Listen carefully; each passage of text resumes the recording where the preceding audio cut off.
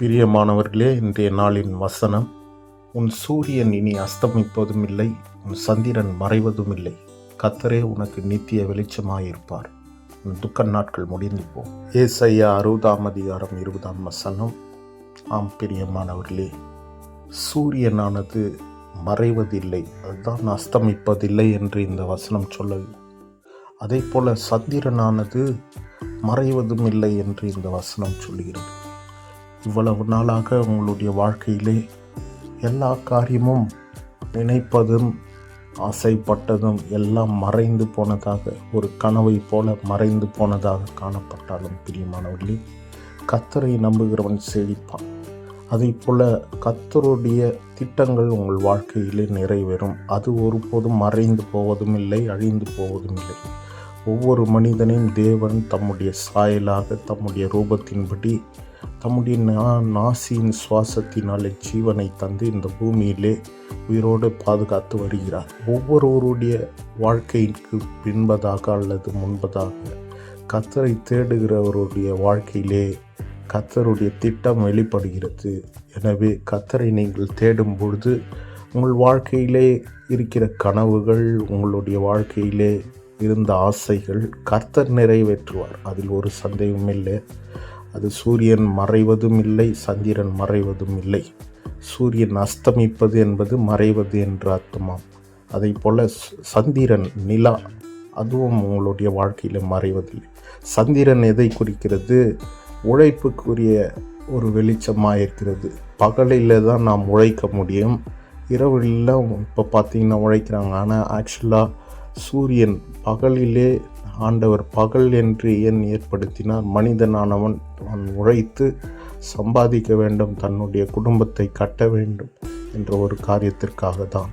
அதே போல் சந்திரன் என்பது அது இரவு நேரத்திலே நமக்கு ஒரு இனிமையாக தூக்கத்தை வர வைக்கிற ஒரு கிருபை தேவன் கொடுக்கிறார். இரவிலே நாம் நித்திரை செய்வோம், இரவிலே நாம் உறங்குவோம், இரவிலே நாம் ரெஸ்ட் எடுப்போம். அதற்காக தான் சந்திரனை தேவன் உருவாக்கி இருக்கிறார். பகல் என்பது உழைப்பையும், இரவு என்பது நாம் நித்திரை, அதாவது ரெஸ்ட் எடுக்கிற ஒரு காரியமாய் காணப்படுகிறது பிரியமானவர்களே. எனவே இந்த இரண்டு காரியமும் உங்கள் வாழ்க்கையிலே ஒருபோதும் மறைந்து போவார். கர்த்தர் உங்களுக்கான காரியத்தை நிறைவேற்றுவார். இதை காட்டிலும் தேவனே நமக்கு வெளிச்சமாய் இருக்கிறார் என்று இந்த வசனம் சொல்லுகிறது. கர்த்தராகிய ஆண்டவர் நம்முடைய நித்திய வெளிச்சமாய் இருக்கிறார். ஆமென். பகல் சூரியன் கொடுக்காவிட்டாலும், பகலிலே சூரியன் பிரகாசிக்காவிட்டாலும், இரவிலே சந்திரன்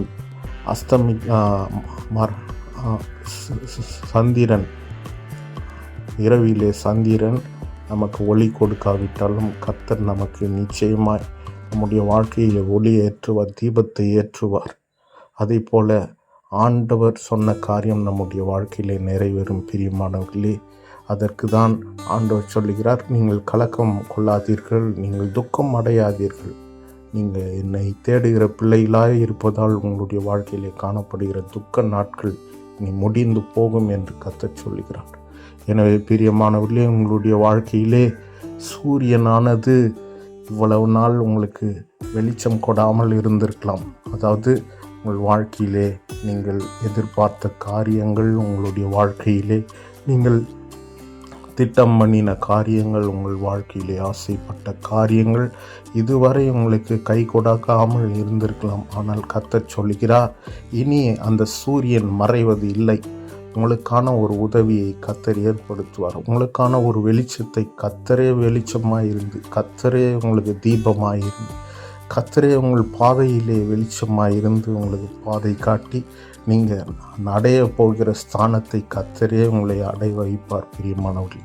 அதே போல் சந்திரனானது ஒரு நம்முடைய வாழ்க்கையிலே சமாதானத்தை கொடுக்கிறதாயும், உறக்கத்தை கொடுக்கிறதாயும், ஒரு நிம்மதி கொடுக்கிறதாயும் ஆன ஒரு வாழ்க்கையை குறிக்கிறது.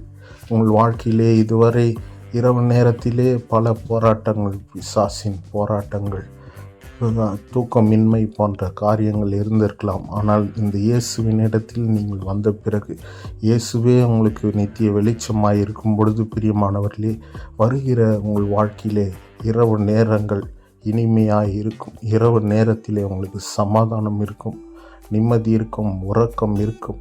இதுவரை கண்ட எகிப்தியனை நீங்கள் இனி ஒருபோதும் காண்பதில்லை. அதற்காக தான் தேவன் சொல்லுகிறார், பகலிலே சூரியன் உங்களுக்கு வெளிச்சம் கொடுக்காவிட்டாலும், அல்லது மறைந்து போனாலும், அல்லது நிலவானது மறைந்து போனாலும், நான் உனக்கு வெளிச்சமாயிருக்கிறேன் என்று கர்த்தர் சொல்கிறார். ஆண்டவராகிய தேவன் உங்களுக்கு வெளிச்சமாயிருக்கும் பொழுது, உங்கள் வாழ்க்கையிலே இதுவரை நீங்கள் கஷ்டப்பட்ட உபத்திரவத்தின் பாதைகள், நீங்கள் கண்ணீர் வடித்த பாதைகள், நீங்கள் துக்கப்பட்ட பாதைகளில் கர்த்தர் உங்களை மேன்மையாக உயர்த்தி வைக்க, உங்களை ஆசீர்வதிக்க, இனி நீங்கள் கண்ட அந்த எகிப்தின் அடிமைத்தனத்தில் இருந்து உங்களை விடுவித்து ஒரு சமாதானத்தையும் சந்தோஷமுள்ள ஒரு குடும்பத்தை தேவன் உங்களுக்கு கொடுத்து உங்களை ஆசீர்வதிப்பாராக. கர்த்தர் உங்களுடைய கணவனாரை ஆசீர்வதிப்பார், உங்களுடைய மனைவியை ஆசீர்வதிப்பார், உங்களுடைய பிள்ளைகளை ஆசீர்வதிப்பார், உங்கள் குடும்பத்தை கட்டுவார், உங்களுடைய ஊழியத்தை கட்டுவார், உங்களுடைய வியாபாரத்தை கட்டுவார், உங்களுடைய வேலையை கட்டுவார். தேவன் எல்லாவற்றிலும் கர்த்தர் ஒரு சமாதானத்தோடு சந்தோஷத்தோடு வாழும்படியாக செய்வாராக. இப்பொழுது நாம் ஜெபிப்போம். கர்த்தர் தாமே பெரிய காரியம் உங்கள் வாழ்க்கையிலே செய்யும்படியாக நாம் ஜெபிக்கலாம். பிதாவாகிய தேவனே, குமாரனாகிய இயேசு கிறிஸ்துவே, பரிசுத்த ஆவியானவரே, உடைய நாமத்தினாலே ஜெபிக்கிறோம் ஆண்டவரே. இந்த நாளின் வசனத்தின்படி ஆண்டவரே, சூரியன் அஸ்தமிப்பதில்லை என்று சொன்னீரே. சூரியனாய் நீர் இருக்கிறீர் ஆண்டவரே, சந்திரனாய் நீர் இருக்கிறீர் ஆண்டவரே. இந்த சூரியன் மறைந்து போனாலும், சந்திரன் மறைந்து போனாலும், கர்த்தரே நீர் நித்திய வெளிச்சமாய் இருப்பதால் ஆண்டவரே ஸ்தோத்திரம். எங்கள் வாழ்க்கையில் இருக்கிற இந்த சத்தத்தை கேட்டுக்கொண்டு இருக்கிற ஒவ்வொரு பிள்ளைகளுடைய வாழ்க்கையில் இருக்கிற ஆண்டவரே சமாதானத்தை கெடுக்கிற காரிருள்கள் நீங்கி போவதாக, சந்தோஷத்தை கெடுக்கிற காரிருள் நீங்கி போவதாக ஆண்டவரே. எல்லா வியாதியின் அடிமைத்தனத்திலே, பாவத்தின் அடிமைத்தனத்திலே, பண போராட்டத்தின் கஷ்டத்தின் உபத்திரத்திலே, கடன் பிரச்சனையிலே இருக்கிற ஒவ்வொரு பிள்ளைகளையும் கர்த்தர் ஆண்டவரே அப்பா வெளிச்சத்தின் இடத்திற்கு கொண்டு வருகிறார். உம்முடைய வெளிச்சம் பிரகாசிக்கட்டும். அவர்களுடைய வாழ்க்கையில் இருக்கிற எல்லா துன்பங்கள் மாறி இன்பம் உண்டாகட்டும் ஆண்டவரே. சமாதான கேடுகள் இயேசுவின் நாமத்தினால் ஒவ்வொருவருடைய வாழ்க்கையை விட்டு நீங்கி போவதா. சிந்தையில் ஆண்டவரே சமாதானமின்மை, இருதயத்திலே சமாதானமின்மை, பயம் என்கிற காரியம் ஆட்கொண்டு இருக்கிற பிள்ளைகளை கர்த்தர் ஆண்டவரே சமாதானம் உள்ள வாழ்க்கைக்குள்ளாக நடத்துகிறார். தேவனுடைய சமாதானம் ஒவ்வொருவருடைய இருதயங்களையும் சிந்தையும் ஆட்கொள்ளுவதாக. இந்த இரவு முதல் ஆண்டவரே அவர்களுடைய வாழ்க்கையிலே கர்த்தரே நீர் வெளிச்சமாய் இருந்து அவர்களுக்கு வேண்டியதெல்லாம் கர்த்தரை செய்து சமாதானத்தோடு உறங்கும்படி செய்வீராக ஆண்டவரே.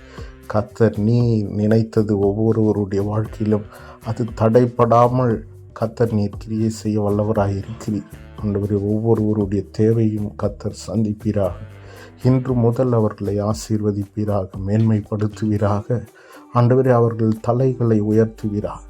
இயேசு கிறிஸ்துவின் நாமத்தினால் ஜெபிக்கிறேன் ஜீவனுள்ள நல்ல பிதாவே, ஆமென்.